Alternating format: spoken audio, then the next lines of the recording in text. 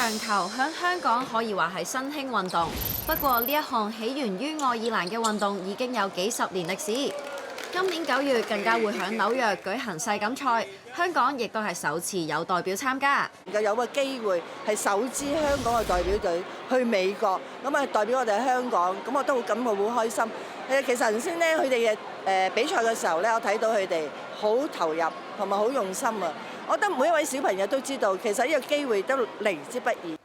今次一共有31位運動員通過選拔賽，繼而再接受集訓，爭取參加世錦賽嘅資格。當中有體育老師，亦都有佢嘅學生一齊入選。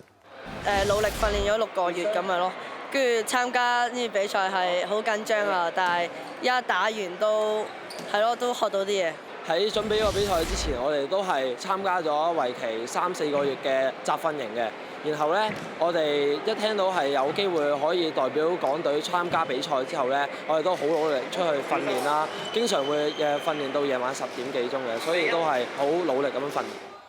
呢一日一眾嘉賓好似啟德體育園行政總裁金文豪、立法會議員梁子穎等等，亦都有落場嘗試呢一個運動。而專程嚟港示範嘅4位日本代表就好驚訝，香港有咁多年輕人參加長球。This is only established only 6 months ago, but all young member is growing up every time. 長球呢個運動又簡單啦，又易玩啦，同埋又方便啦。我相信如果可以喺香港大力推廣嘅話呢，我諗連家長啊、老人家都適合嘅。